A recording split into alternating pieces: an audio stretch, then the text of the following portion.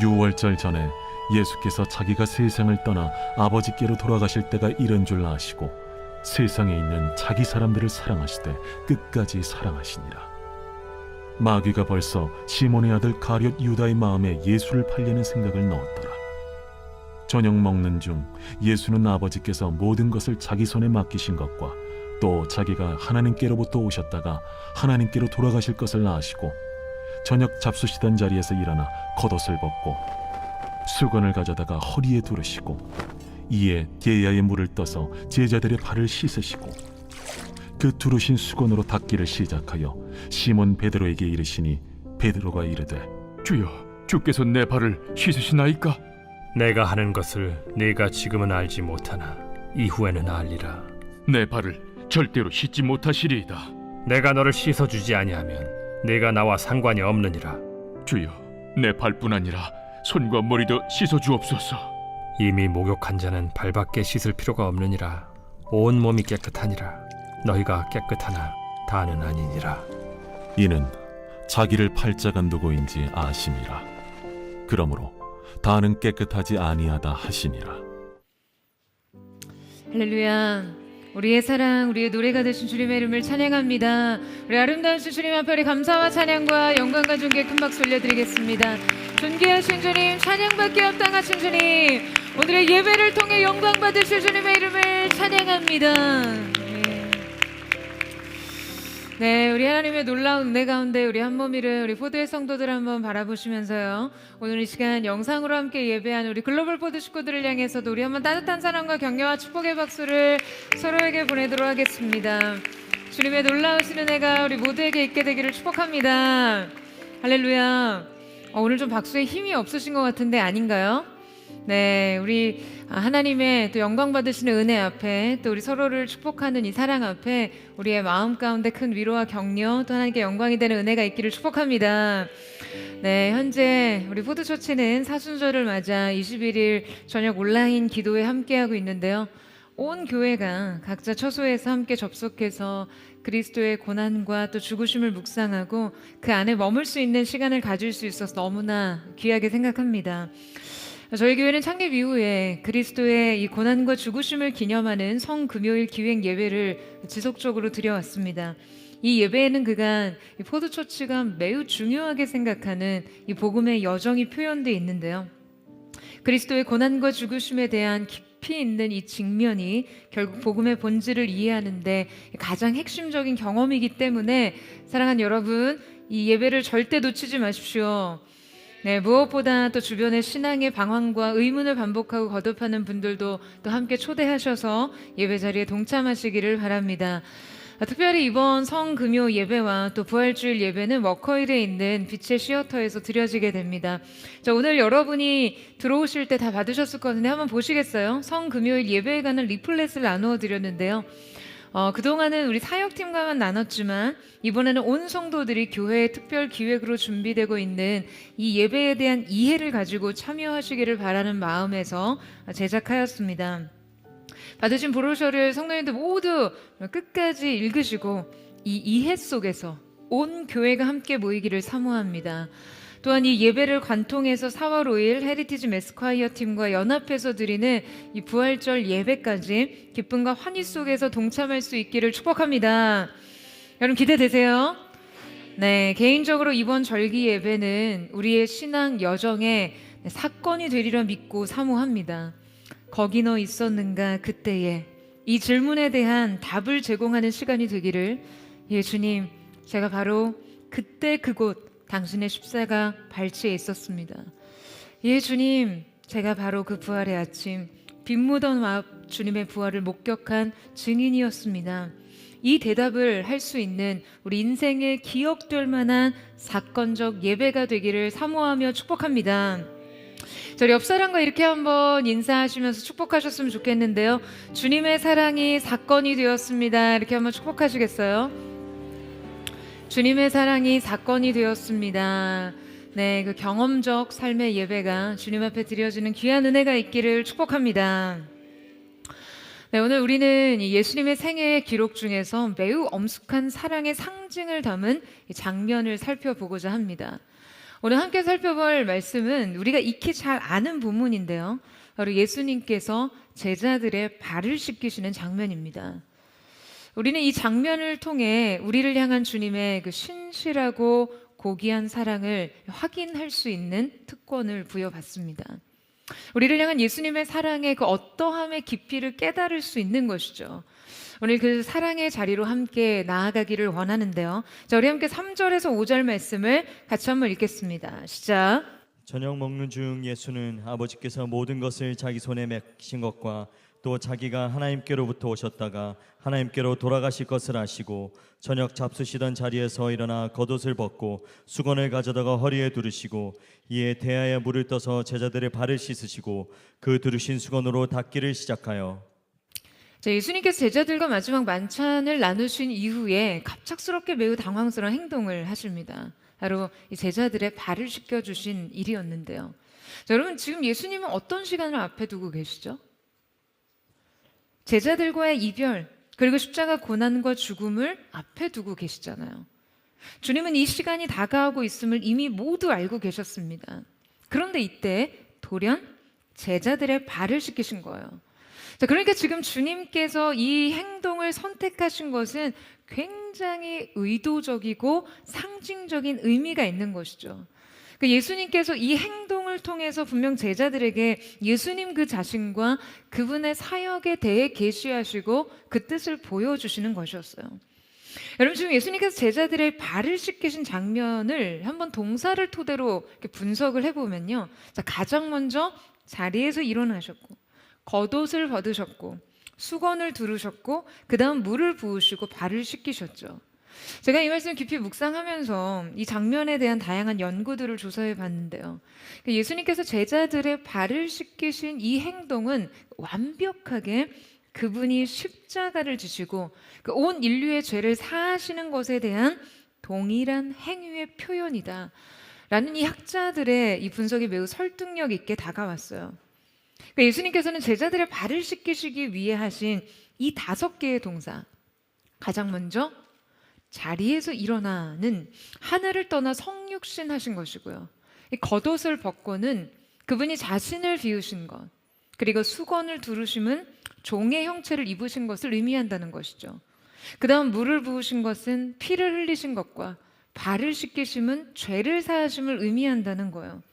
그러니까 이 5개의 동사가 정확히 십자가를 지신 그리스도의 구속의 행위를 보여준다는 것이죠. 그러니까 우리는 그분의 사랑의 이 행위 안에 얼마나 상징적이고 함축적으로 표현되어 있는지, 그 사랑이 어떻게 그렇게 기록되어 있는지를 알고 인류를 향한 대속죄일의 전야, 이 성만찬의 자리에서 벌어진 이 일을 깊이 묵상하면서 그 사랑을 깨닫기를 원합니다. 자, 먼저 예수님의 사랑의 방식 그 첫 번째는 가장 낮은 자리로 내려가는 사랑입니다.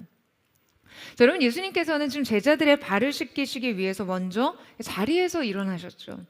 그분의 사랑은 하늘 보좌를 버리신 사랑입니다.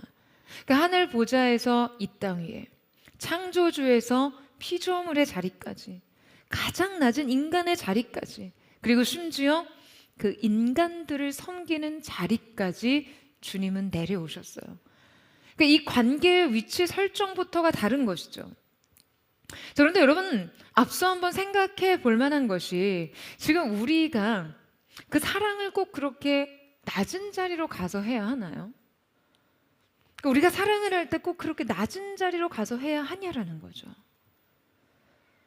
자, 그렇다면 위에서 하는 사랑과 낮은 자리로 내려온 사랑, 이 둘은 좀 다른 건가요? 자, 여러분 지금 이 둘은 같습니까? 다릅니까? 여러분 우리가 사랑을 하되 분명 위에서 하는 사랑과 낮은 자리로 내려가는 사랑은 다릅니다. 그렇다면 이 낮은 자리로 내려오는 사랑이란 대체 어떤 사랑인가? 그러니까 사랑의 위치 이동은 그분의 어떠한 사랑을 여러분 보여주나요?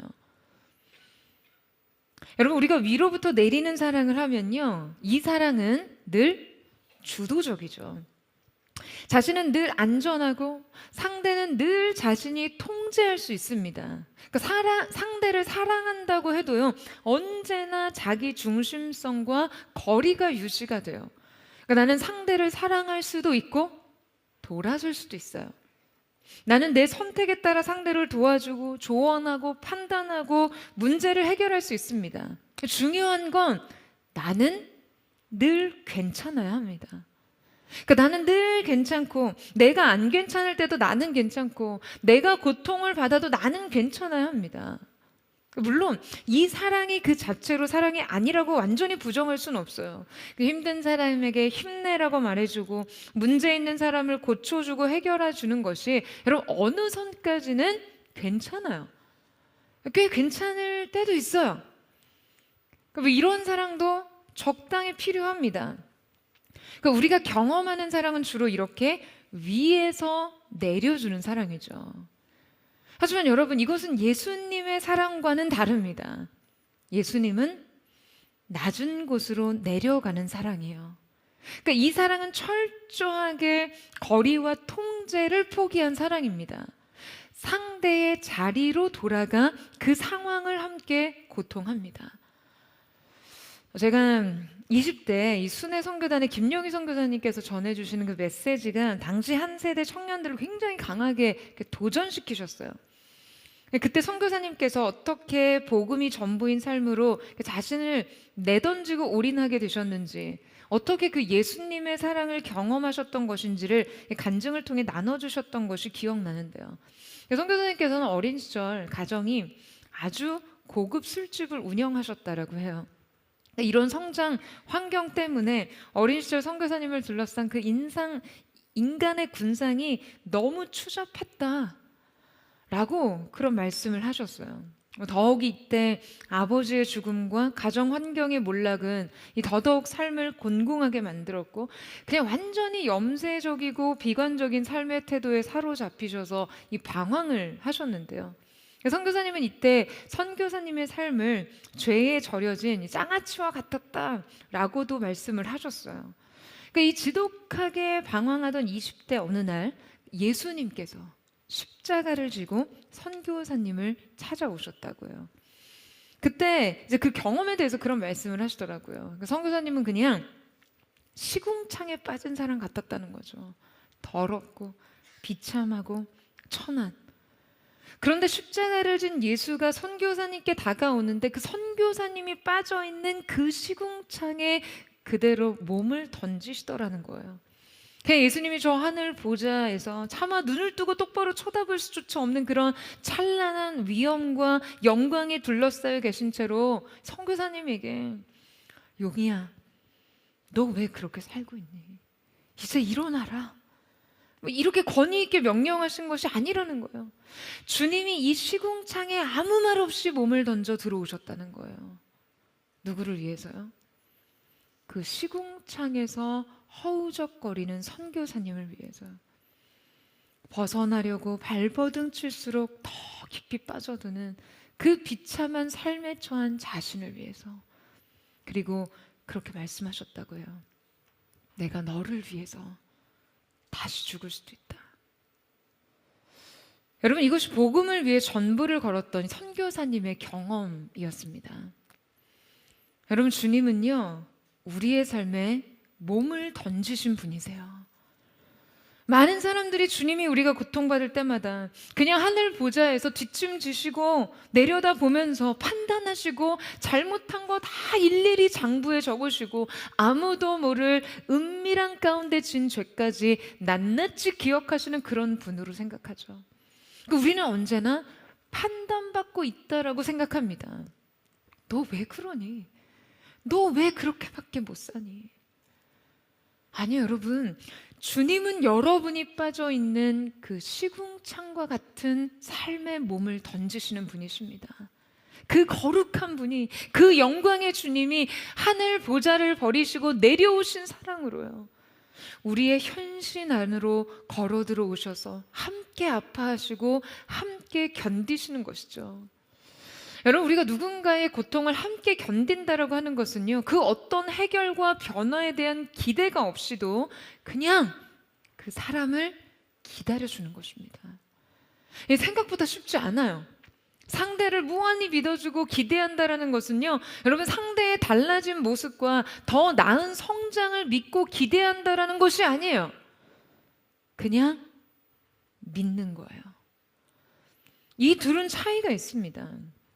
제가 어떤 인터뷰에서 이 가수 이효리 씨가 자신의 남편의 사랑에 대해 하는 말을 들은 적이 있어요. 자기가 과거에 이 탑스타로 있으면서 그 자신이 했던 잘못된 실수를 후회하고 있었대요. 내가 그때 왜 그랬을까? 아무리 생각해도 한심하고 안타깝고 후회스러운 일들에 대해서 말이에요.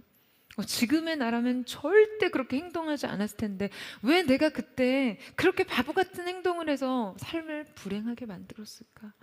그런 생각을 하는 거죠. 그런데 그때 남편 이상순 씨가 아내에게 그런 말을 합니다.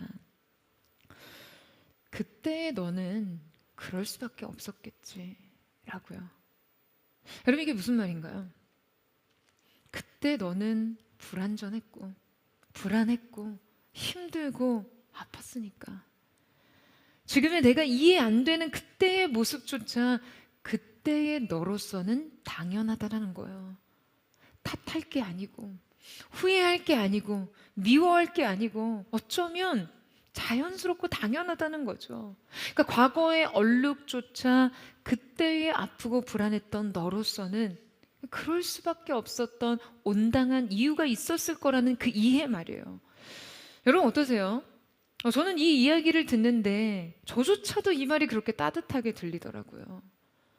나 자신에게조차 이해될 수 없는 나 자신의 그러한 오점들을 온전히 그 눈높이에서 그 동일한 시선 안에서 이해하려고 하는 그 노력 말이죠. 여러분 물론 주님이 우리가 잘못된 길을 택하고 죄의 길을 선택했을 때 역시 모든 것을 이해하고 용인하시고 수용해 주신다라는 그런 말이 아니라요. 주님은 우리에게 기대하시되 우리의 변화와 성장을 기대하시기 전에 우리의 존재 자체를 기대하십니다. 우리의 존재 자체를 무한하게 사랑하시고 우리의 존재 자체에 전부를 거세요. 여러분 아멘이세요? 근데 잘 이해가 안 되시죠? 잘 모르시겠죠? 근데 여러분 너무 당연합니다. 우리가 잘 모르는 게 맞아요. 이러한 사랑은 세상은 절대 줄 수 없기 때문에 세상에서 받아본 적이 없기 때문에 잘 모를 수밖에 없어요. 그러니까 잘 모르겠다 할 때마다 그래서 더 알고 싶을 때마다 여러분 제자들에게 발을 씻기신 주님을 묵상하세요. 우리 주님께서 왜 그들의 발을 씻기시려 일어나셨는지 왜 그들 발 아래로 내려가셨는지 여러분 삶에 그렇게 내려와 다가오시는 주님을 묵상하시기를 축원합니다. 그래서 그 사랑을 이해하고 그 사랑을 깨달아 아는 사람이 되시기를 축복해요. 그럴 수밖에 없었던 나조차도 이해할 수 없는 우리의 연약함까지도 이해하시고 품어주시는 주님의 그 따뜻한 사랑이 전 오늘 저와 여러분 모두에게 깊은 위로가 되기를 주님의 이름으로 축원합니다. 예수님의 사랑의 방식 그 두 번째는 가장 거부하고 싶은 것까지도 감당하시는 사랑입니다. 우리 6절에서 8절 말씀을 같이 한번 읽겠습니다. 시작. 시몬 베드로에게 이르시니 베드로가 이르되 주여 주께서 내 발을 씻으시나이까 예수께서 대답하여 이르시되 내가 하는 것을 내가 지금은 알지 못하나 이후에는 알리라. 베드로가 이르되 내 발을 절대로 씻지 못하시리이다. 예수께서 대답하시되 내가 너를 씻어주지 아니하면 내가 나와 상관이 없느니라. 주님께서 처음 이 제자들의 발을 씻기신다고 하셨을 때 제자들의 첫 번째 반응은요 당혹 그 자체였습니다. 당시 사회 문화적으로 발은 단순한 신체가 아니라 인간의 이 몸에서 가장 낮고 더럽고 불명예스러운 신체 부위였거든요. 그러니까 고대사회인 팔레스타인 지역의 길은 대부분 이게 비포장 흙길이었는데요. 건조한 기후라면 먼지가 많았을 뿐더러 가축과 사람이 같은 길을 사용하면서 이 동물들의 배설물들이 혼재했어요. 자, 그런데 그곳에서 여러분 뭐 버선 신고, 양말 신고, 구두 신고 뭐 그렇게 안 다녔잖아요. 그 지역의 사람들은 이 발이 완전히 노출되는 맨발의 샌들을 신고 다녔습니다.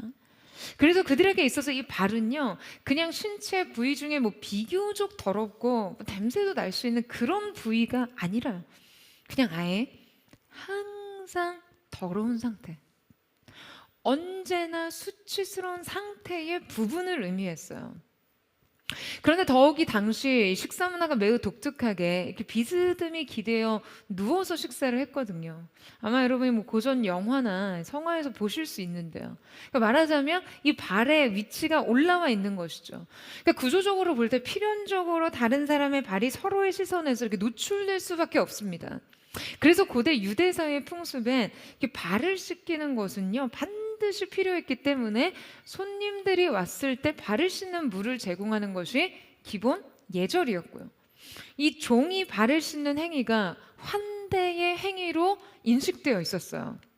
근데 여러분, 분명한 것은 그것이 환대의 문화라고 해도 그 일을 누가 하는 데 있어서는요, 매우 엄격한 위계 질서가 있었다라는 거죠. 그러니까 절대 아무나 할 수 있는 일이 아니라는 거예요. 그러니까 누군가의 발을 씻기는 일은 종의 업무였고요. 종 중에서도 가장 낮고 미천한 종이 감당해야 했습니다. 그러니까 이렇게 낮은 신분의 종이 아니고서는 누군가의 발을 씻긴다는 것은요, 치욕스러운 행위가 될 수밖에 없는 것이죠. 그러니 예수님이 돌연 그들의 발을 씻기신다는 것이 여러분 그들을 얼마나 당혹스럽게 만들었겠어요. 여러분, 주님께서 제자들을 이런 당혹감에 빠뜨리시면서 굳이 그들의 발을 씻기신 이유가 뭘까요? 예수님께서 제자들에게 여러분 사랑에 대한 이해를 완전히 바꿔주시기 위해 하시는 것이 아닐까요? 여러분, 우리 어린 시절 주일학교에서 이렇게 수련회 가면 꼭 선생님들이 이렇게 세족식을 진행하셨잖아요. 경험 없으세요, 여러분? 그야말로 수련회 고전 프로그램이었는데요. 제가 고등학교 때 가장 친한 친구를 교회 전도해서 같이 다녔는데요. 근데 그 친구가 교회 수련회에 처음 참석해서 이 세족식을 경험해보고 한 말이 아직도 기억에 나요. 교회를 안 다녔던 친구니까 이런 교회 문화가 너무나 낯설잖아요. 근데 갑자기 막 선생님들이 막 조명을 어둡게 하고 어딘지 뭔지 모를 그 슬픈 가스펠을 틀고서 아이들을 의자에 다 앉히고는 한 명씩 수건해가지고 그 아이들 앞에 무릎을 꿇고 발을 닦는 거예요. 사실 여기까지는 뭐 우리가 어디 발 마사지 하러 가도 한 번쯤은 경험할 수 있는 거니까 뭐 당황스러울 수는 있는데요. 당황을 넘어서 황당했던 건 이제 그 선생님이 자기 발을 붙잡고 울기 시작했다는 거예요. 그 세족식이 끝나고 저에게 혼란의 상태에서 이렇게 묻더라고요. 자기 발을 씻을 때만 해도 그냥 당황스러웠대요. 게다가 발을 씻는데 선생님이 막 지나치게 깨끗하게 씻어서 훨씬 더 당황스러워했다는 거죠. 이게 여러분 원래 이렇게 물만 이렇게 다 끼얹으면서 씻어야 이렇게 감정선이 깨지지 않고 진행이 되는데 막 이 발을 손가락의 마찰력을 이용해가지고 세게 때를 밀듯이 막 밀더라는 거예요. 그런데 이제 당황을 넘어서 황당했던 건 대체 왜 자기 발을 붙잡고 우냐는 거죠. 여러분, 이게 사실 불신자의 관점에서 생각해 보면 정말 뭐 황당할 일이긴 합니다. 제가 그때 그 이야기를 듣고 너무 웃기고 그 친구의 어떤 당혹감과 황당함 모두가 이해가 가기도 해서 그 말과 친구의 표정이 아직도 생생하게 기억이 나는데요. 그런데 그때 친구가 그런 말을 하더라고요. 왜 자기한테 이런 행사가 있다라는 얘기를 미리 안 해줬냐라는 거예요. 알려줬으면 자기가 발을 깨끗이 씻고 왔을 텐데. 그런데 사실 여러분 이 말이 이해는 되면서도 아이러니한 말이잖아요. 발을 씻으러 오면서 발을 씻고 오겠다니요. 제가 이 이야기를 들으면서 했던 생각은 사실 여러분 누군가 우리의 발을 씻겨준다라는 것이 그렇게 고마운 일인가 하는 생각이 들었어요. 인간의 본능은 누군가 내 발을 씻어서 내 발을 정말 깨끗하고 향기롭게 해준다고 한들 과연 그것을 그렇게 원하냐는 거죠. 보네퍼는 예수님이 제자들의 발을 씻기신 사랑에 대해서 이 사랑은 받아들이기 불편한 사랑이다라고 정의 내렸습니다. 여러분, 왜 우리가 이 사랑을 불편해할까요? 우리는 타인과 경계가 있으니까요. 어떤 경계요? 내가 보여주고 싶은 부분만 보여주고 싶은 자기 보호의 경계 말이죠. 여러분, 우리는 감추고 싶은 부분은 감추기를 원합니다. 왜냐하면 우리가 감추고 싶은 것들을 드러내는 것에는 위험과 두려움이 따르기 때문이에요. 거부당할 위험과 두려움 말이죠. 여러분, 우리는 기본적으로 사랑에 대해서 어떤 이해를 가지고 있는가 하면요, 이 사랑조차도 본능적으로 괜찮은 상태에서 받는 거, 준비된 모습으로 받는 거, 내가 받아들일 수 있는 방식으로 받는 것으로 생각합니다. 최근에 이호선 교수님의 인간관계에 대한 인터뷰 내용을 본 적이 있는데요. 그분이 요새 세대에서 많이 쓰는 단어인 이 손절에 대해서 그런 분석을 하셨더라고요. 그러니까 이 세대에게 이 손절이라는 말이 사용되고 또 그 행위가 쉽게 발생하는 이유는 두 가지 원인 때문이라는 거죠. 하나는 근거 없는 자신감, 다른 하나는 깊은 불안 때문이라고 하시더라고요. 그러니까 여러분, 이 근거 없는 자신감이라는 것은요, 지금 젊은 세대들이 핵가족화된 세대, 그러니까 아이 하나 둘만 낳아서 기른 세대에서 성장했다는 거예요. 그래서 이제 혼자서 있는 것이 익숙하고 독립적인 생활에 적응력이 뛰어납니다. 그러니까 너무 많이 혼자 있어 봤어요. 그렇게 혼자서 자라왔어요. 그러니까 기본적으로 이 독립성 안에서 길러진 것이죠. 그래서 나는 혼자여도 괜찮고 나는 관계 안에서 통제력을 갖고 있다라는 그 자신감이 있다는 거예요.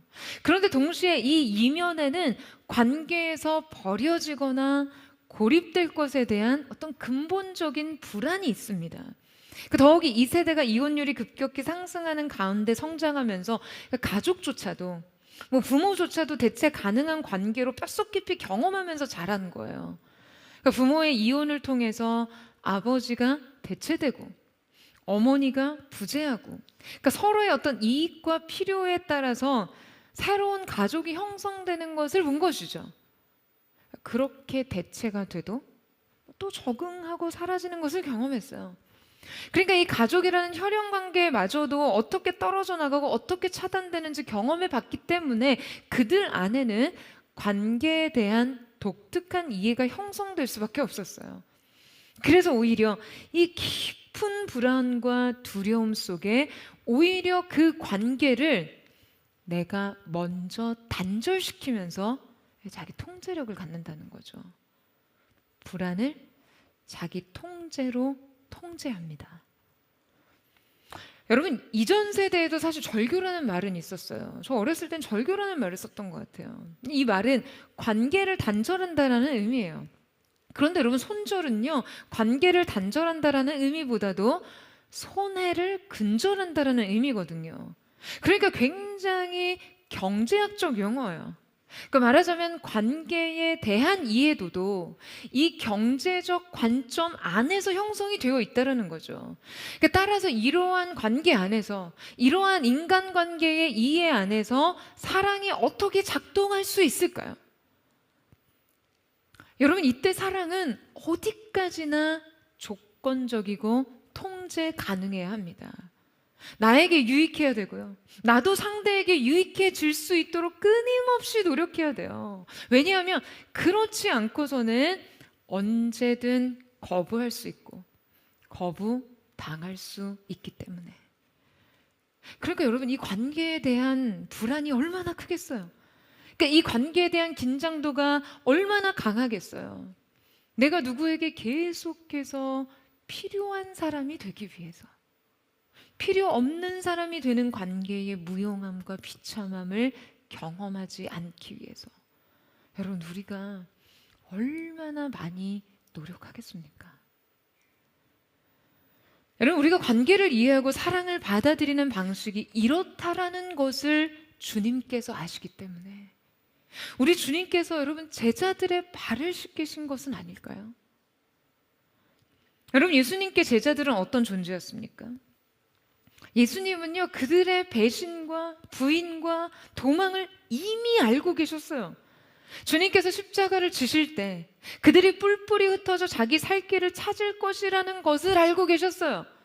그들 중 한 사람은 예수님 자신을 은 30에 팔 것이라는 사실도 아셨고요. 주님과 제자들의 관계의 손익 계산에는 온통 마이너스뿐입니다. 그런데 주님은 그런 제자들에게 다가가 자기의 위엄과 권위를 모두 버리시고 그들의 발을 씻기신 것이죠. 종 중에서도 가장 낮은 신분의 종이나 할 수 있는 여러분 그 굴욕적인 일을 자초하시고 계신 거예요. 왜? 자신을 배신할 제자들과의 이별을 앞에 두고 그들에게 주님의 사랑을 이해시키고 계신 것이죠. 너희를 향한 나의 사랑은 조건적 사랑이 아니다. 또한 너희를 향한 나의 사랑은 단지 조건이 없는 사랑도 아니다. 너희를 향한 나의 사랑은 조건을 무력화하는 사랑이다. 너희의 숨기고 싶은 모습까지도, 거부당할 모습까지도, 더럽고 추하고 천한 모습까지도 내가 사랑한다라는 것을 기억해라. 그래서 너희가 나의 고난과 죽음 끝에 실패했어도, 넘어졌어도, 나를 떠났어도 이 사랑을 기억하고 다시 돌아올 수 있도록. 여러분, 우리 주님께서 이 사랑의 기억을 각인시키신 것이 아니었을까요? 여러분, 주님은 우리에게도 동일한 사랑을 베푸십니다. 여러분, 아멘이세요? 세상은 너를 거부할 수 있어. 사람들은 너와 손절할 수 있어. 내가 유익하지 않고 초라하고 무용하고 무가치하면 버릴 수 있어. 쓸모없고 필요없는 사람처럼, 아무런 존재감 없는 그런 사람처럼 남겨줄 수 있어. 그런데 세상이 다 그래도 나의 사랑은 다르다.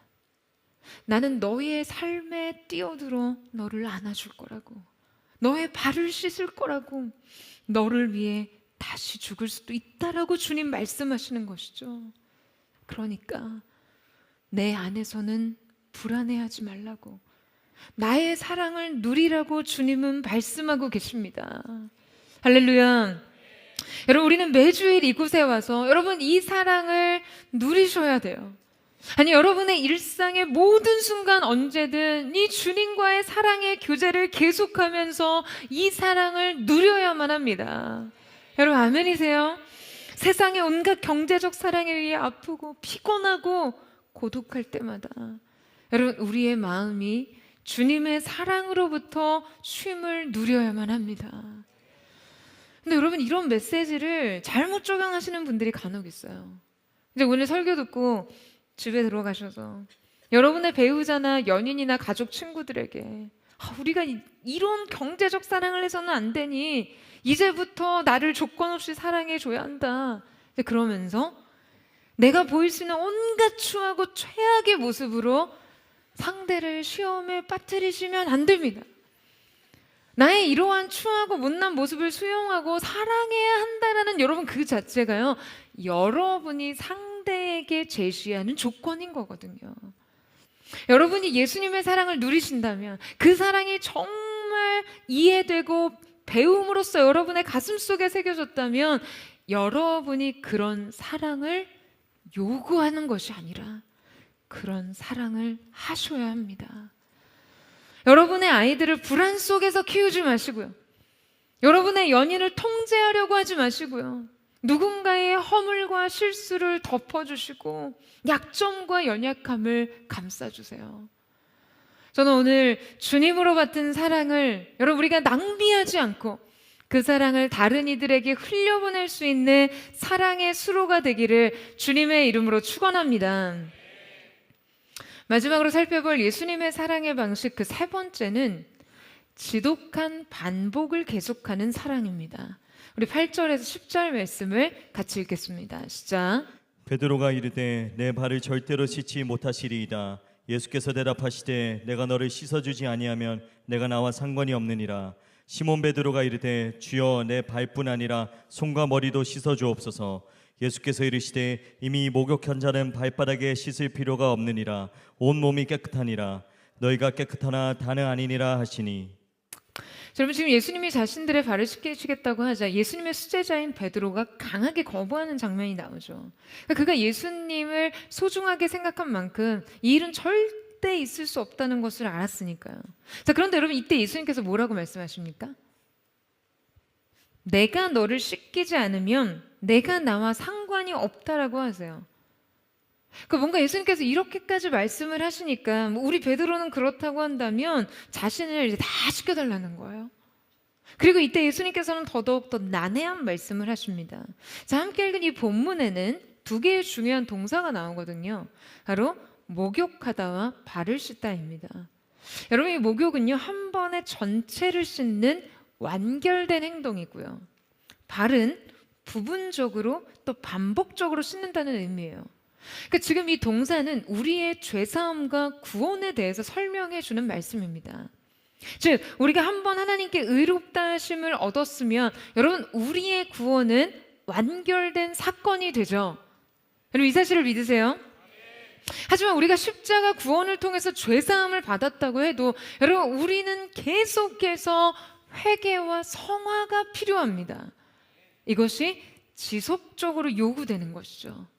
예수님께서 지금 제자들에게 이 말씀을 하시는 이유는 우리 존재는 이미 구원을 받았고 그 구원은 완성이 됐지만 지속적인 씻음이 필요하다라는 거예요.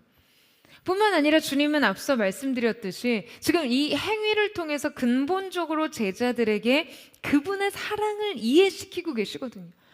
여러분, 이 사랑이라는 것은 계속된 반복을 견디는 일이라는 것을 보여주고 계세요.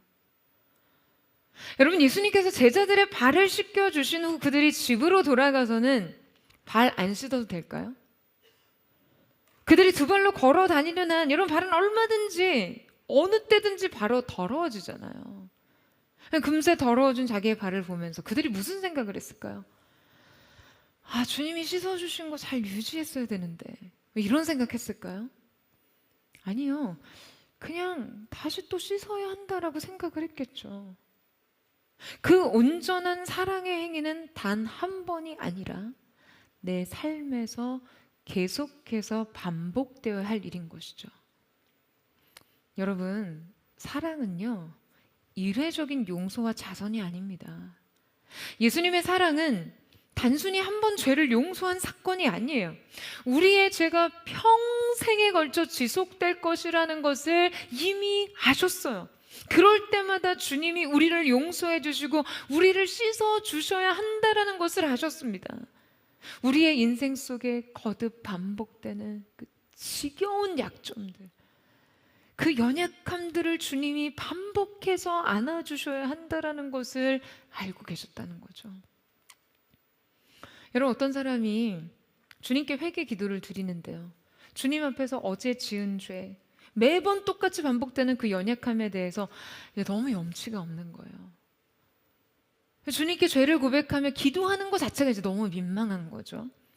어제도 똑같은 죄를 회개했는데 오늘 또 그 죄를 지은 거예요. 그래서 회개 기도를 하는데 이렇게 기도했어요. 주님, 제가 어제 지은 죄를 또 지었습니다. 저를 용서해 주십시오. 그랬더니 여러분, 주님께서 뭐라고 하세요? 내가 어제 지은 죄가 뭐더라? 여러분, 주님은 우리의 반복을 하십니다. 우리가 주님 앞에 사랑의 고백으로 우리의 죄를 회개할 때 주님께서는 용서하신 즉시 그 죄를 잊으세요. 우리의 연약함이 지겹도록 지긋지긋하게 반복될 것을 아십니다. 우리가 완성된 존재가 아니라 과정 속에 있는 존재라는 것을 아시기 때문이죠. 여러분, 우리의 사랑이 좌절을 경험할 때가 언제인 줄 아세요? 반복에 지칠 때입니다. 인간의 사랑은요, 언제나 이 반복에 약해요. 동일한 실수가 반복될 때 감정은 상하고 피로를 느끼고 신뢰를 저버립니다. 그래서 여러분, 뭐라고 합니까? 이제는 더 못 견디겠다고 하는 거죠. 한 번, 두 번은 참을 수 있어도 반복될 때 신뢰는 와장창 깨집니다. 반복에 얼마든지 여러분 의연하고 아무렇지도 않은 사랑은 없어요. 그런 사랑 없습니다. 하지만 주님은 우리의 연약함과 실수가 반복될 것이라는 것까지도 아셨어요. 여러분 오죽하면 베드로에게 70번씩 7번이라도 용서하라고 하셨겠어요. 베드로야, 한 번 가지고 안 돼. 2번, 3번, 4번, 6 to 7, 7번도 아니야. 70번씩 7번이어도 견디는 것이 사랑이다 라고 말씀하시는 거죠. 여러분 주님은 그토록 자신의 사랑을 호언장담하던 베드로의 발을 씻어주면서 여러분 그에게 어떤 사랑을 가르치고 계신 걸까요? 그렇게 사랑을 자신하던 그가 주님을 배신한 후에 그가 이 사랑을 기억하게 하고 싶어 하시지 않으셨을까요? 베드로야, 내가 또 넘어졌겠지. 또 실패했겠지. 내 발이 또 더러워졌듯이. 난 이미 그걸 알고 있고 내가 너를 다시 용서해야 한다는 것을 알고 있다. 하지만 나는 여전히 너를 사랑한다. 여러분 바로 이 사랑을 몸으로 보여주고 계신 것이죠. 여러분 오늘 이 본문이 시작될 때 이 사건을 묘사하기 전 사도 요한은 어떤 기록을 하고 있습니까? 자, 오늘 보면 1절 말씀 한번 보시겠어요? 우리 1절 말씀을 같이 한번 읽겠습니다. 시작. 6월절 전에 예수께서 자기가 세상을 떠나 아버지께로 돌아가실 때가 이른 줄 아시고 세상에 있는 자기 사람들을 사랑하시되 끝까지 사랑하시니라. 여러분 지금 사도 요한은요, 지금 예수님이 제자들의 발을 씻기신 이 사건을 묘사하면서 이미 예수님의 사랑에 대해서 이렇게 정의를 내리고 시작하고 있는 거죠. 세상에 있는 자기 사람들을 사랑하시되 끝까지 사랑하시느니라. 끝까지 사랑하시니라. 여러분 이 한 절 속에 요한은 주님이 발을 씻기신 이 사건의 의미를 요약하고 있는 것이에요. 주님의 의도 그리고 그분의 사랑의 본질에 대해서도요. 여러분 그는 말합니다. 우리 주님께서 누구를 사랑하셨다고요? 세상에 있는 자기 사람들. 여러분 그들은 세상에 있었습니다. 더러움과 죄와 연약함과 불완전한 존재들이었어요. 하지만 주님은 그들을 사랑하시되 끝까지 사랑하시는 분이십니다. 할렐루야. 여러분 이때 이 끝까지는요 단순한 지속만이 아니라 사랑의 최대치를 의미하죠. 그러니까 이 끝이라는 것에는 시간과 깊이 모두가 포함되어 있습니다. 그 신실함과 긍휼의 깊이로, 그 온유함과 인내의 너비로, 이미 떠날 것을 아시고 제자들의 배반과 도망과 실패를 모두 아셨음에도 예수님의 사랑이 이 모든 것을 포함하고 있다는 것을 여러분 요한이 이 사건을 회상하며 결론 지은 것이에요. 여러분 우리가 연약하고 실패하고 넘어질 때 정말 삶이 끝장난 것 같을 때 있으시잖아요. 내 마음이 더 이상 다시 일어날 수 없을 것 같을 때, 외롭고 불안하고 거절되고 초라해진 순간 여러분을 끝까지 사랑하신 이 사랑을 기억하시기를 축원합니다. 가장 참담하고 비참하게 버려진 더럽혀진 우리의 발을 씻기신 이 사랑 앞에 사랑하는 여러분 주저함 없이 여러분 자신을 내어드리세요. 저는 오늘 이 사랑의 직면이 저와 여러분 모두에게 있게 되기를 주님의 이름으로 축원합니다. 우리조차 이해할 수 없는 이 반복되는 연약함과 인생의 모든 죄의 문제 속에서 너는 내게로 오라 말씀하시는 주님 앞에 그 사랑의 의탁을 드릴 수 있는 저와 여러분 되시기를 주님의 이름으로 축원합니다. 우리 이 시간 함께 찬양하며 기도하며 나아가기를 원합니다.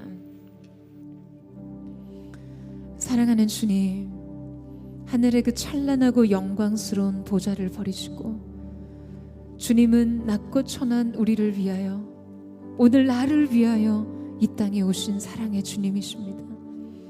오늘 그 주님이 우리의 인생에 발을 씻기실 때 사랑하는 주님, 우리의 인생 속에 얼룩졌던 지긋지긋하게 반복됐던 나의 연약함, 나의 죄악을 이미 아시고도 주님은 이 반복된 실패 속에서 반복된 사랑으로 우리를 부르심을 믿습니다. 오늘 주님 앞에 서 있는 하나님의 사람들의 심령 속에 자기 사람을 사랑하시되 끝까지 사랑하신 예수님의 이 사랑에 대한 체험이 물붓듯이 부어지는 시간 될 수 있도록 축복하여 주시옵소서. 우리 그 마음 고백하며 우리 주님의 사랑 앞으로 함께 나아가기를 원합니다.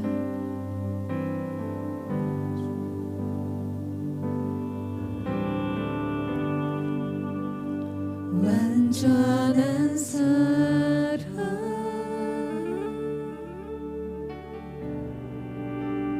한없는 은혜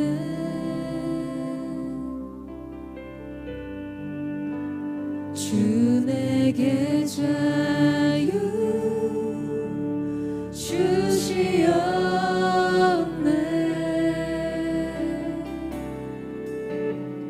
슬픔과 눈물을 씻기시는 주님, 슬픔과 눈물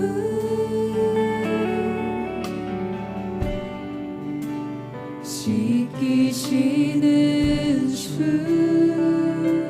주 내게 기쁨, 주 내게 기쁨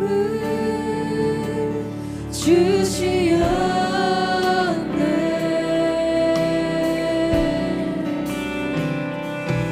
Oh, sing hallelujah. Oh, sing hallelujah. Sing hallelujah.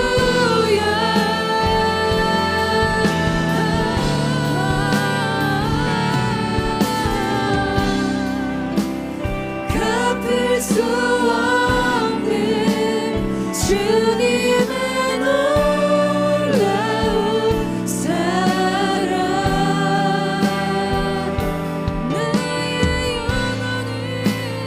나의 영혼을 온전케 해.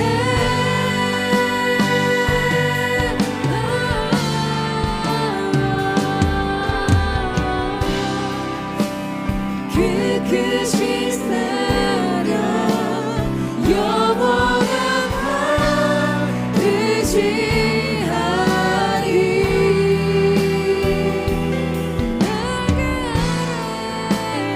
날개 아래 난 거하리. 우리 함께 고백합니다. 쓰러진 나를 세우시는 주님,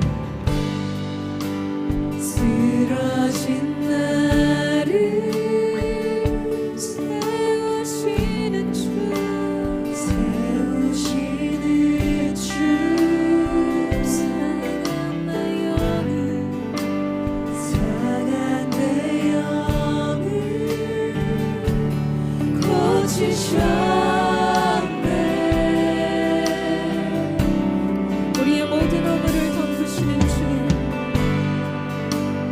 내 모든 허물 덮으시는 주, 덮으시는 주, 주 내게 새나, 주 내게 새나 주시옵네.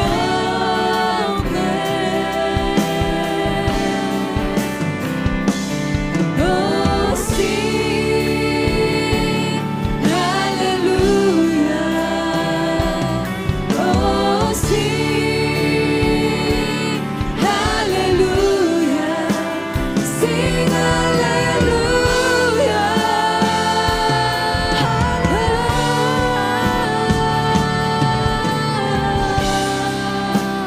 갚을 수 없는 주님의 놀라운 사랑,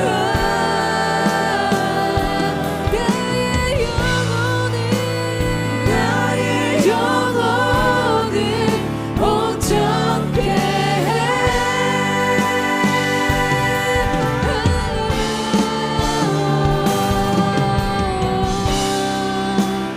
그 크신 생명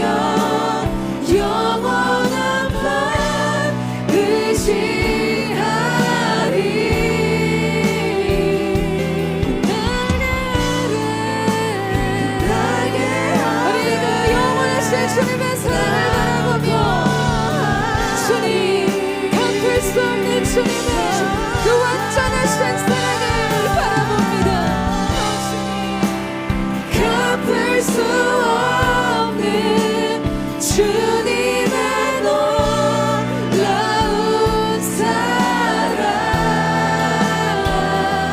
나의 영혼을 우리의 영혼을 온전케 하신 그 주님의 사랑을 찬양합니다.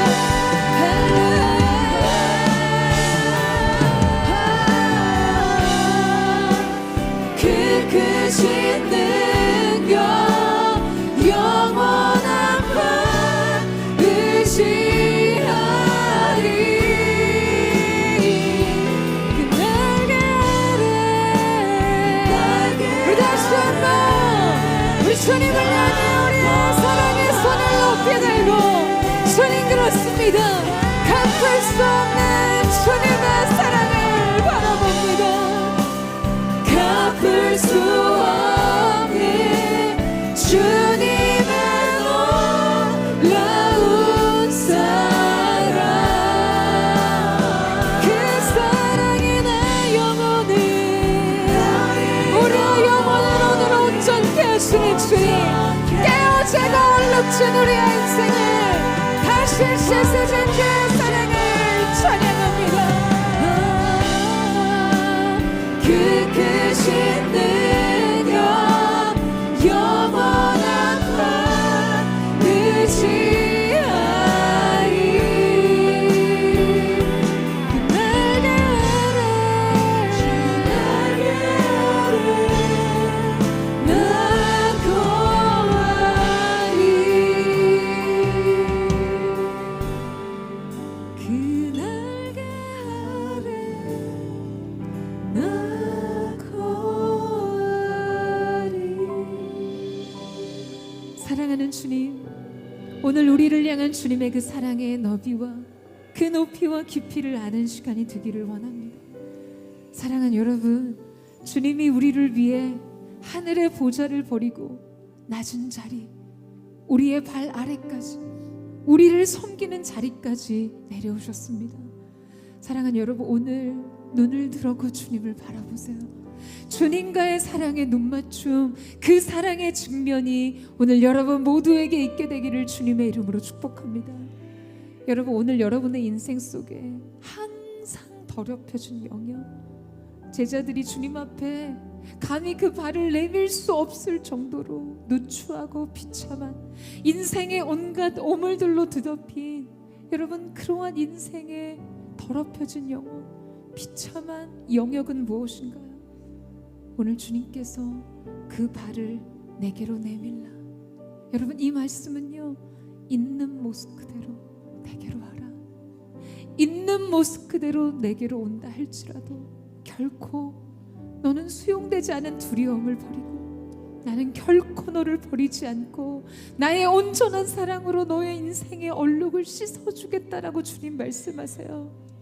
여러분, 주님이 우리의 모든 것을 아신다고 할 때요, 우리의 연약한 반복된 지긋지긋하게 우리 자신 스스로도 이제 포기하고 싶은 내 자신의 영역까지도 끌어안아주신 사랑인 줄로 믿습니다.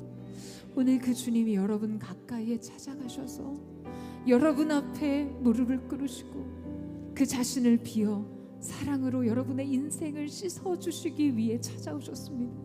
사랑하는 주님, 오늘 이 시간 연약한 우리의 인생 속에 찾아오신 그 주님을 환영하며 나아가기를 원합니다. 비참한 나의 인생에, 연약한 나의 인생에 어떠한 것이라 할지라도 받아들여지지 않을 것이 없네 완전하신 주님의 사랑 앞에 우리 자신을 내려놓고 나아가기를 원합니다. 우리의 두려움, 우리의 인생의 절망, 우리의 삶의 좌절까지도 주님 앞에 내려놓고 나아가기를 원합니다. 우리를 그 사랑으로 다시 일으켜 세워 주시옵소서. 주님, 비참한 우리의 인생을 불쌍히 여겨주시고 그 자비의 사랑으로 우리를 씻어 주시옵소서. 주께로 가까이 우리를 이끌어 주시옵소서. 여러분, 그 자비의 아버지를 바라보세요. 그 사랑의 주님을 바라보십시오. 우리 그 주님 앞에 주의 한번 부르짖고 우리 합심하여 목 놓아 기도하며 나아가기를 원합니다. 주여 사랑하는 주님 오늘 이 시간 우리가 주 앞에 기도하며 나아갑니다. 우리의 인생 말할 수 없이 비참한 우리의 삶의 그 어떠한 모습이라 할지라도 높으신 주님의 사랑 깊은 주님의 사랑 고개가 없는 주님의 사랑 앞에 수용되지 않은 그 어떤 것도 없음을 고백하며 나아갑니다. 오늘 우리를 씻어 주시옵소서. 오늘 우리를 다시 새롭게 하여 주시옵소서. 그 사랑이 새로운 시작이 될 것을 믿습니다. 그 사랑이 새로운 시작이 될 것을 믿습니다. 오늘 주의 거룩하신 역사 우리를 다시 살게 하시는 하나님의 은총의 역사가 우리 가운데 있게 하여 주시옵소서. 우리의 실패 우리의 연약함 우리의 그 모든 것을 할지라도 주께서 오늘 우리를 다시 살리신 그 사랑으로 말미암아 우리는 용납되었고 그 사랑이 우리를 일으켜 세우심을 믿습니다. 주님 앞에 두렵고 떨리는 그 마음 인생의 수치를 짊어진 마음으로 주님 앞으로 나아가 우리를 씻어 주시옵소서. 인생의 영락을 씻어주시는 주님의 사랑의 자유로움을 마주하게 하여 주시옵소서. 예수님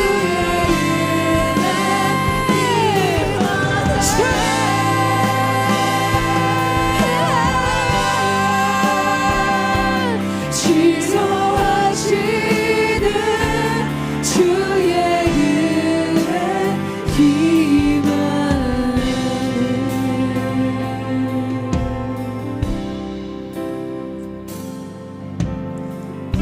우리를 사랑하신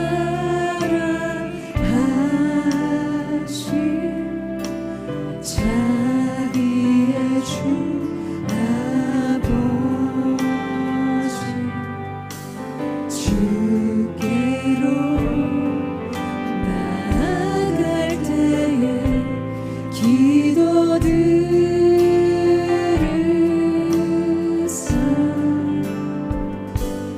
우리 죄악과 강박과 주님께 고백하니 우릴 민망히 여기사 치료의 은혜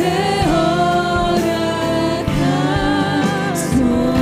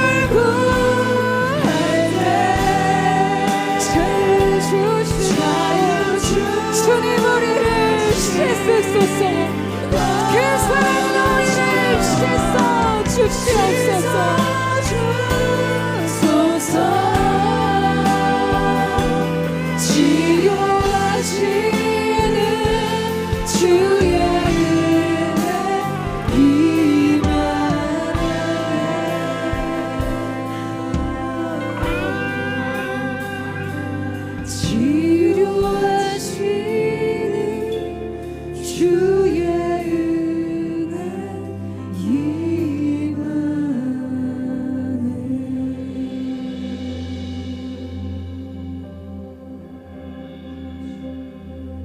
주 얼굴 구할 때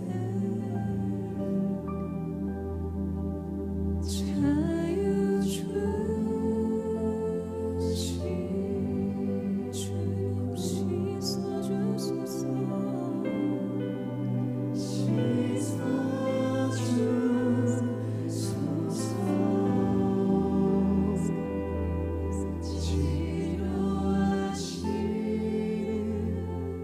주의 은혜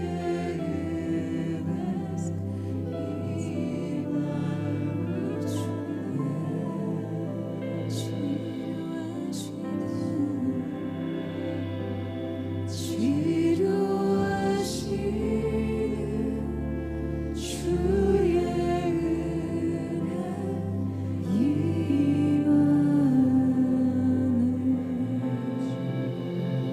사랑하는 주님, 오늘 이곳에 임하신 우리의 발을 씻기기 위해 이곳에 오신 주님을 찬양합니다. 그 주님 앞에, 그 주님의 사랑 앞에 우리가 기꺼이 우리의 인생의 더럽혀진 발을 주께 맡길 수 있게 하여 주옵소서.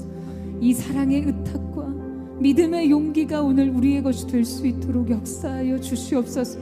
여러분, 죄책감은요, 그 사랑에 대한 잘못된 거절입니다. 오늘 주님께서는 우리가 죄책감이 아닌 주님 앞에 진정한 우리의 연약함을 고백하는, 주님, 내게는 당신의 사랑이 필요합니다. 주님, 내 자신에 대한 절망을 십자가의 사랑으로 채워주십시오. 여러분, 이 사랑의 의탁만이 우리 가운데 필요한 줄로 믿습니다. 오늘 우리 가운데 찾아오신 주님 앞에 여러분의 인생에 발을 내미세요. 여러분의 인생을 사랑으로 의탁하며 맡겨드리십시오. 주님, 내가 또다시 실패했습니다. 이 반복된 연약함이라도 받아주신다며 주님 앞에 도설하며 나아가기를 원하오니 주님, 나를 영접하시고 나를 새롭게 하여 주시옵소서. 내게로 오라, 너는 내게로 오라. 내가 너를 여전히 사랑한다. 내 마음의 두려움으로 뒷걸음질 치지 말고 너는 내게로 오라 말씀하시는 주님 앞에 이 시간 우리 전심으로 우리의 인생의 연약함과 죄로를 늙지 우리의 삶을 고백하며 도설하며 우리 주여만 부르짖고 합심의 동성으로 기도하겠습니다. 주여, 사랑하는 주님, 주님 앞에 우리 자신을 내려놓고 주님 앞에 우리의 삶을 의탁하며 나아갑니다. 부끄러운 우리에서 예수를 입는 닦은 그 사랑 안에서 자신 자유와 만족이 있게 되기를 원합니다. 그 사랑이 우리 가운데 새로운 시작이 되며 오늘 그 사랑 안에 우리에게 참된 소망이 있음에 주 앞에 고백하며 나아가기를 원하는 사랑의 기름 부으심이 이 사랑의 은혜가 채워지는 은총이 각 사람들 가운데 부어지게 하여 주시옵소서. 예수님, 오늘 그 놀라운 우리 인생의 근본을 치유하시는 그 하나님의 말을 주옵는 사랑, 그 새로운 사랑이 이루어지게 하여 주시옵소서. 되치며 우리에게 하소서.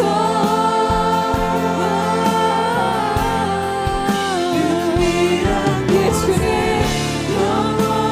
사망이나 생명이나 천사들이나 권세자들이나 형제일이나 정례일이나 능력이나 권한이나 기판이나 다른 아무 피조물이라도 우리는 우리 주 그리스도 예수 안에 있는 하나님의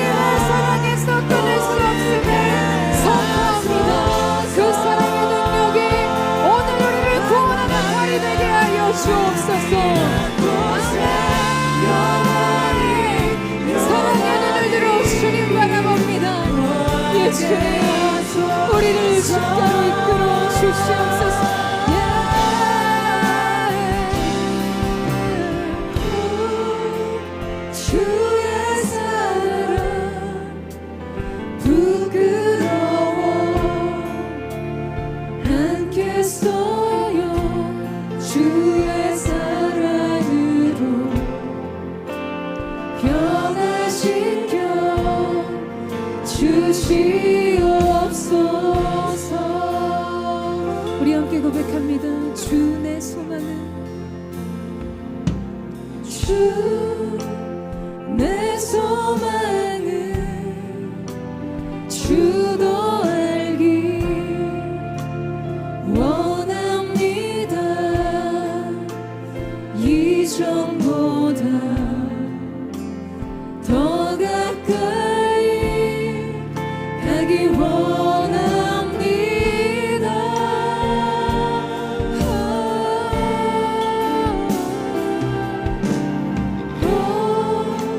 주의 품에 기대기만 원합니다. 주의 사랑으로 변화시켜 주시옵소서. 주의 사랑으로 주 사랑으로 나게 지며 오르게 하소서. 은밀한 곳에 영원히 거하게 하소서. 주 사랑으로 나게 지며 오르게 하소서. 은밀한 곳에 영원히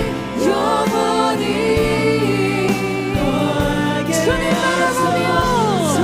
예 주님 주의 사랑으로 주 사랑으로 나게 지며 오르게 하소서.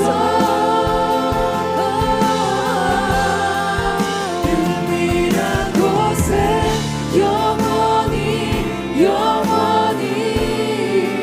거하게 하소서.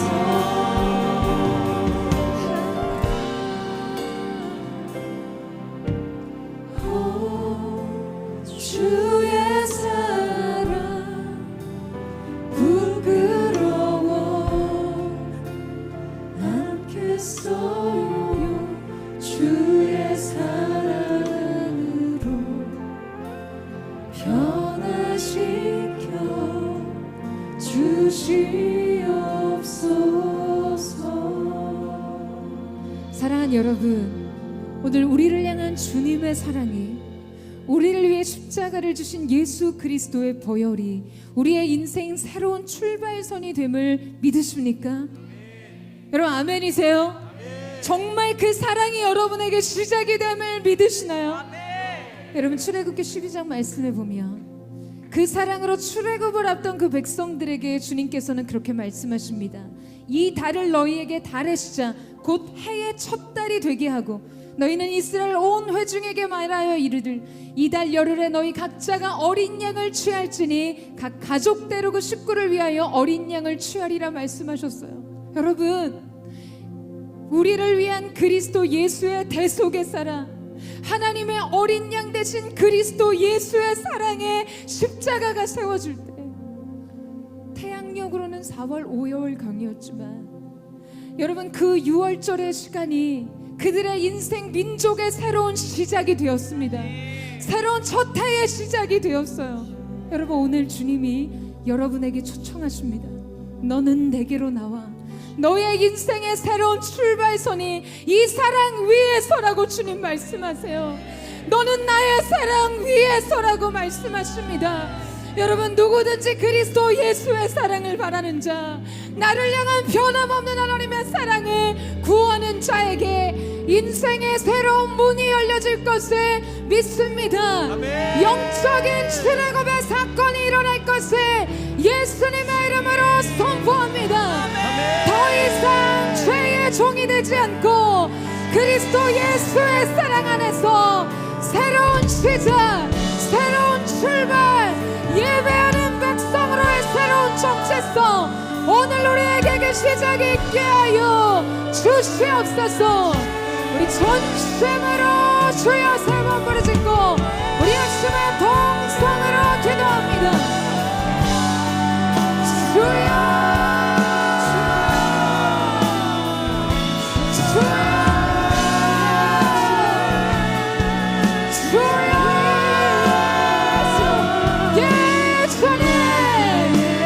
주의 사랑이 우리의 새로운 시작이 되었으니 망가지고 무너진 우리의 삶이라 할지라도 얼룩지고 깨어진 우리의 삶이라 할지라도 누구든지 그리스도 예수 안에 있으면 새로운 피조물이라. 보라, 이전 것은 지나갔으되 새 것이 되었도다. 영적 출애굽을 선포합니다. 모든 죄들, 종려 자리에서의 자유, 중독과 중난과 정욕과 절망과 두려움, 예수님의 이름으로 우리 끊어질지어다. 예수님, 예수님, 주의 사랑의 서기를 원한다. 위에 사랑을 나의 위 오직 주의 주의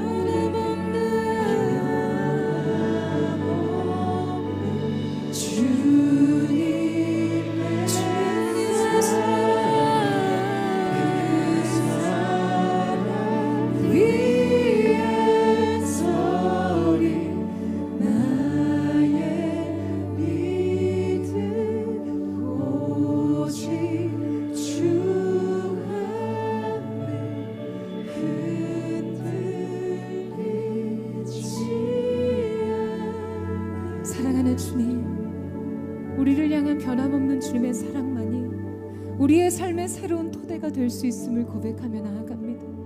부끄러운 우리의 삶, 연약한 우리의 인생을 그 사랑 위에 세워 주시옵소서. 그 사랑이 새로운 시작이 되게 하여 주시옵소서. 여러분, 출애굽은 이스라엘의 자의적인 스스로를 구원할 수 있는 사건이 되지 못했습니다. 하나님께서 그들의 고통 가운데 울부짖는 신음을 들으시고 주님의 새로운 구원의 역사에 손을 펼치신 사건이었어요. 오늘 이 시간 예수님의 이름으로 선포합니다. 오늘 이 가운데 영적 출애굽이 있을 것을 선포합니다. 모든 죄의 죄의 종된 자리로부터 자유가 있음을 선포합니다. 모든 음란과 중독의 문제 예수님의 이름으로 명하노니 끊어질지어다. 성적인 문란아 예수님의 이름으로 명하노니 끊어질지어다. 도박과 중독의 문제로부터 자유롭게 하여 주시옵소서. 우울과 두려움 강박과 모든 불안장애로부터 자유가 있을지어다. 모든 육신의 질병으로부터의 자유 예수 그리스도로 인한 주의 역사가 있을지어다. 오늘 이 시간 다시 한번 짧게 선포하며 자유를 선포하며 기도하겠습니다. 주여, 오늘 이 가운데 주께서 허락하신 자유가 있음을 믿습니다. 주께서 이루신 놀라운 승리가 있음을 선포합니다. 주께서 행하신 위대한 일의 승리가 우리 가운데 있게 하여 주시옵소서. 영광 할렐루야.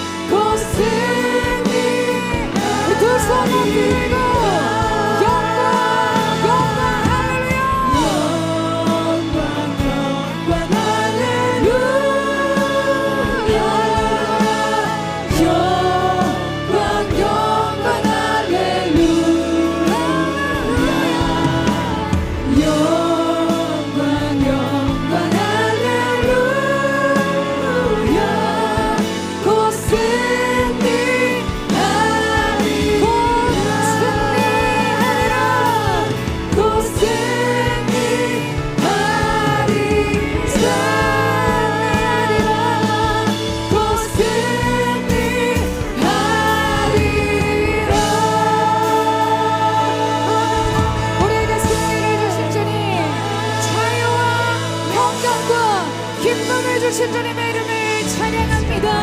예수 그리스도 안에 있는 자에게 결코 존재함이 없나니 이는 생명의 성령의 법이 죄와 사망의 법에서 너희를 해방하였습니다. 그렇게 이르실 주님을 찬양하며 감사드리며 예수님의 이름으로 기도드립니다. 아멘. 우리 가운데 놀라운 승리를 주신 주님 앞에 우리 감사와 찬양과 영광의 큰 박수 올려드립니다.